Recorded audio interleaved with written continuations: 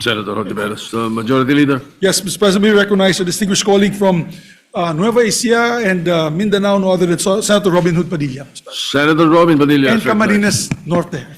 Maraming salamat po, Ginoong Pangulo at sa ating pinunong mayorya. Assalamualaikum warahmatullahi wabarakatuh. Ginoong Pangulo at sa ating pong mga iginagalang na senador, nagpapasalamat po ako unang-una sa ating liderato, kabilang na po sa ating Senate President Vicente Soto, sa ating pong Senate President Pro Tempore Ping Lacson, sa ating pong Majority Leader Mig Subiri, at sa lahat po ng mga namumuno sa ating liderato. Lalong-lalo na po kay Senador Win Gatchalian bilang Chair ng Finance Committee. Sa loob po ng aking 3 taon dito, masasabi ko pong siya ang pinakamagaling, pinakamahigpit, pinakamaingat, at masigasig na tumayo bilang finance chairman po natin. At ako po ay nagpapasalamat sa liderato sa pagsusulong ng mga inisyatiba para sa mas malinaw at transparent na proseso ng budget ngayong taon. Taus-puso rin po ako nagpapasalamat na naipasa ang aking mga isinulong na karagdagang pondo sa NCIP, NCMF at Supreme Court para sa pagtatatag ng mga karagdagang Sharia courts na malinaw na nagpapakita ng malasakit ng Kongreso sa mga sektor na ito ng lipunan. Gayunpaman, malinaw naman po na ako po ay nasa minorya. Kaya kami po, kasama na po si Senator Marcoleta, ay bumoboto ng no sa ratifikasyon ng BICAM report para sa House Bill number 4058 o ang General Appropriation Bill. Malaki po ang paggalang at tiwala ko sa aking mga kasamaan, ngunit meron lamang po akong mga punto na nais ihayag. Una po, sa aking pong pagtantya ay meron pa rin pong mga hindi klarong alokasyon ng pondo, lalong-lalo na po sa ayuda. At ganun din po ang pagiging Manila-centric ng budget. Ngayon po, ang Mindanao ay nakakakuha lamang po ng 15% sa buong budget. Ikalawa, bagamat naipanalo po natin sa Senado ang kapakanan ng mga katutubo, ako po ay naniniwala na kulang pa rin ang pondo para sa sektor ng mga katutubong pamayanan na lagi pong pinagmumulan ng kaguluhan, ng rebelyon at terorismo.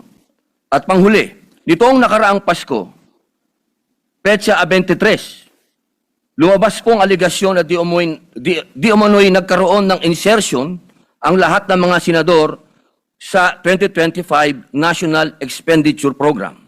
Ang isyong ito ay naging sentro ng malawakang talakayan at nagdulot ng kawalan ng tiwala ng publiko. Dapat po nating linawin na alinsunod sa ating konstitusyon, ang proseso ng budget ay nagsisimula sa executive. Ang paghahanda ng budget o ang National Expenditure Program, na kilala rin bilang President's Budget, ay kapangyarihan ng Pangulo na ipinagkaloob ng saligang batas.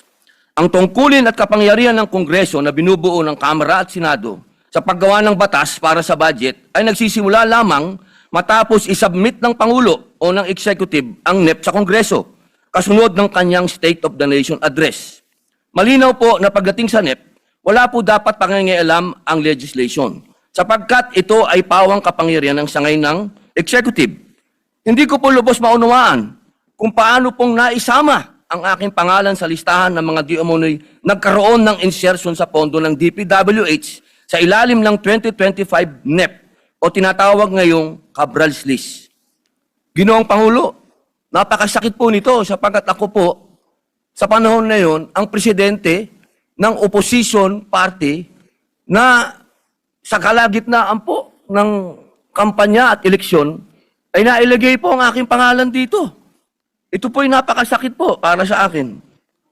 Dagdag pa po rito, nariyan pa po ang agam-agam na maaari muling maiuwi sa kategory ng for later release ang malaking bahagi ng budget. Partikular na ang amyendang ating ihain sa bulwagang ito. Halimbawa po, sa ilalim po ng 2025 General Appropriations Act, nagkaroon po ako ng iba't ibang amyenda para sana sa mga proyektong makatutulong sa mga tao. At lahat po yun ay nag-umpisa na magmula pa po noong 2023. Sana po, ay hindi na po ito may FLR, pero ang balita po, yun daw pong mga hinog, kami po yun, yung oposisyon, yung mga hinog, ay mga FLR uli. Kung ganito lang din po ang mangyayari, Hindi ba't parang nasasayang lang ang paghihirap at pagsisikap natin sa deliberasyon? Ang FLR ay bahagi ng proseso, pero nagresulta ito ng pagkaantala sa agarang benepisyo para sa mga nangangailangan nating kababayan, lalong-lalo na po yung nag-umpisa ng mga proyekto. Ang deliberasyon at pag-aproba ng pambansang budget ay isang malaking responsibilidad ng legislation na hindi dapat pinababayaan. Huwag sana nating hayaan na ang reputasyon ng Senado at ng buong institusyon ng Kongreso ay masira dahil sa pagkakaroon ng mga aligasyon at kontrobersya.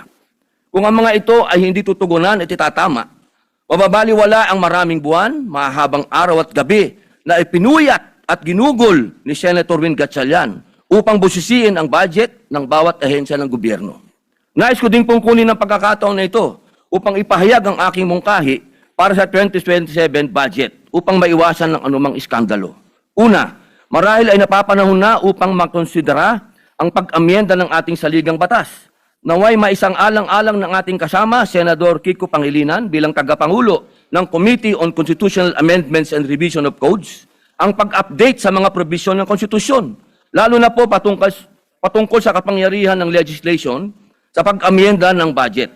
Baka maaring pag-aralan kung nararapat nating alisin ang kapangyarihan ng legislatura na mag-amyenda ng budget dahil nakita nating madali itong maabuso ng mga gahamang nasa pwesto o di kaya patibayin ang mga limitasyon sa kapangyarihang ito.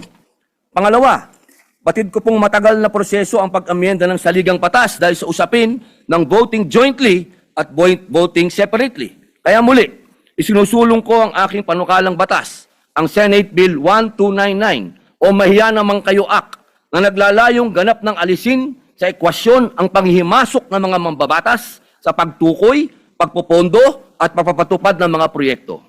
Dahil po sa mga nabanggit na kadahilanan, ako po ay bumoto ng no sa House Bill number 4058. Hindi po ibig sabihin na baliwala lahat ang hirap ni Senator Gatchalian. Ako po'y saludo sa kanya. Ngunit, kailangan pong ibigay ko ang boto na ito para sa taong bayan. Maraming salamat po. Majority Leader. Thank you very much, Mr. President. Mr. President, may I be recognized as well to just give a short explanation of my vote? Yes, you may do so. Thank you, Mr. President. Unang-una, Mr. President, ako'y bumoboto ng oo, dito sa ating panukala na national budget dahil ako'y naniniwala sa ginawang mga tamang hakbang ng ating chairperson ng Committee on Finance. Hindi naman siguro, Mr. President, nasabi natin na mali mag-intervene ang isang legislator para sa kanyang bayan o para sa kanyang probinsya kung tama naman po ang advokasya at tamang paraan ang paggastos at walang kickback, Mr. President. Gagamitin ko pong halimbawa ang Bukidnon. Alam po ni Senator Gatchalian ito at mga kasamahan ko dito.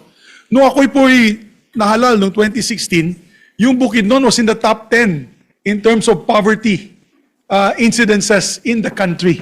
Top 10. Hiyang-hiya po ako bilang isang senador. So ano pong ginawa ko po? Ako po, under your leadership, tayo po'y nag-amenda ng ating national budget kung saan naglagay po ako ng dagdag eskwelahan sa ating probinsya. Extension campuses ng Bukidnon State University, extension campuses ng Central Mindanao University, at nagdagdag po ako ng 17 TESDA training centers, buong Bukidnon po. Because of that intervention, including the needs of the farmers, ang ginawa po namin, halos lahat ng farm to barangay roads ay sinementohan na po namin na dati sa isang barangay Kisawa, Kibawe, Bukidnon, it used to take me a day and a half to get there. Ibig sabihin, pag lakad po namin galing sa poblasyon, walang kalsada po, akit po kami ng malapit sa Mount Kalutungan Range, dun sa amin sa Bukidnon. Dadaanan pa namin yung Pulangi River, Mr. President. Alam niyo po, pagdating ng gabi, tigil na po kami, Mr. President, sa isang purok dahil hindi pa kami makakaabot sa barangay. Ganong kalayo. Ngayon po, nalagyan po namin yan ng tulay, may karsada, at ngayon po, 20 minutes na lang, 20 minuto ang biyahe galing sa poblasyon, Kibawe, papunta ng Kisawa, which is boundary of North Cotabato, Mr. President. Because of that, the farmers are happy. Masaya po yung mga magsasaka. Sila po ay tuwan-tuwa dahil dati, 2 piso kada kilo ang ginagastos po nila para sa habal-habal, yung tawag na yung Skylab, Yan yung motorsiklo po na may patungan na kanilang sako-sako mais. Ngayon po, 20 centavos na lang po per kilo dahil truck na po ang pumapasok sa kanila. And it is verified by no other than the chairman himself. There is a COA report from Bukidnon that the farmers, 96% of the farmers are extremely happy dahil tumaas nga income nila, dahil bumaba po ang cost of delivery ng kanilang mga produkto from the town to the market centers. Mr. President, hindi naman sa pagyayabang, gusto ko lang po ilagay on the record, wala na po kami sa top 10 in terms of poverty incidences in Bukidnon. We are not even in the top 20, Mr. President, because of the interventions we did almost 10 years ago. So ang ibig po natin, at yung Bukidnon po is number 1 now. Agricultural province of the country, 7.5% GDP ang binibigay po natin in terms of agricultural growth in the national GDP for agriculture. We beat Nueva Ecija. Nueva Ecija is only 5.5%.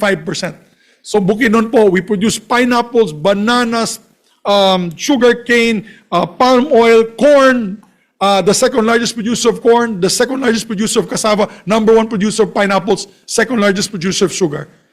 Ang punto ko po, Mr. President, palagi po kami nag-usap ng aking silingan, aking kapitbahay dito sa plenaryo, si Senator Ping Lacson.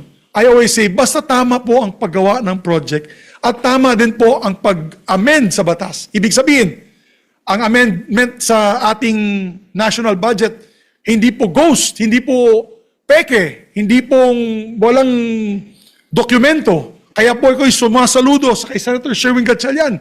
Dahil na yun po, bago natin magawa itong amendment na ito, kailangan may barangay resolution, may municipal resolution, at pag malaking halaga, Mr. President, meron pang RDC, Regional Development Council Resolution, at yung ating tinatawag na agency request. So napakahigpit po na yan, Mr. President. And then to make sure na walang kickback, so tinanggal na natin yung notion na may ghost project. Kasi ito po na yun ay talagang recorded na at hinihingi ng mga bayan na itong mga proyekto ito. Pangalawa, Mr. President, pinababa nila ang cost of production nitong mga kalsadang ito. In other words, yung costing. Kasi dyan po pumapasok yung kickback, ino-overprice ng mga contractor para maibigay po kickback sa mga politiko.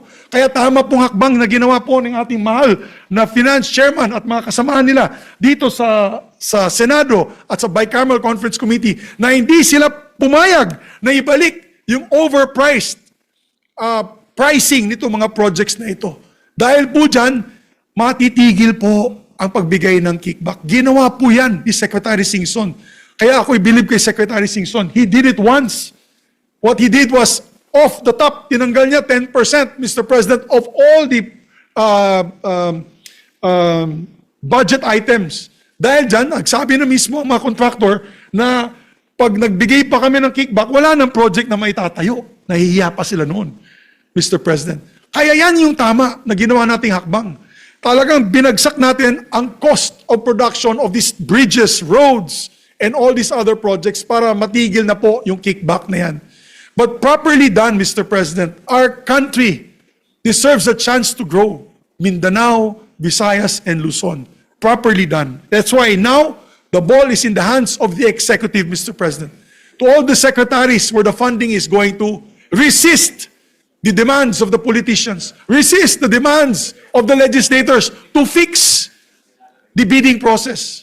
Dapat yan, maging transparent na yung bidding process para pagka ganun, Mr. President, talagang mahihirapan na ang corrupt sa ating bansa, Mr. President. So the ball now is with the executive. And I hope that these new measures that we have put in place in the budget process will be carried over in the next Congress, Mr. President. We have 2 years to go in the 20th Congress. I'm hoping, and I know while we are still there, the good Senate President, myself, the Senate President Pro Temp, the leadership of the Senate, we will make sure that this will be the new norm for the 20th Congress. Sana po pagdating sa 21st, 22nd, and 23rd Congresses, ganito pa rin ka-transparent ang gagawin nila, Mr. President. This should be the new normal for the budget process. So, mabuhay po, Mr. President. I vote in favor of the measure, and I thank the chairperson and the Bicameral Conference Committee members with their steadfast leadership to make education because it is proven in Bukidnon, education, the key factor in developing our country with the highest ever budget of over 1 trillion pesos. Maraming salamat po, Mr. President. Thank you, Majority Leader. Mr. President, What about Senator Lito Lapid? Senator Lito Lapid may want to say a few words. Okay na daw. Sabi niya, But he votes in no favor words as can well. explain his happiness, Mr. President. Yes. He is happy for the budget. So, Mr. President, with that, we already ratified. These are only explanations of votes. We move that we adjourn session until 3 o'clock in the afternoon, Monday, January 26, 2026. I so move, Mr. President. Any objection? There being none, the session is adjourned until 3 o'clock in the afternoon of Monday, January 26, 2026. Happy New Year, Mr. President. Happy New Year. Happy New Year to everyone.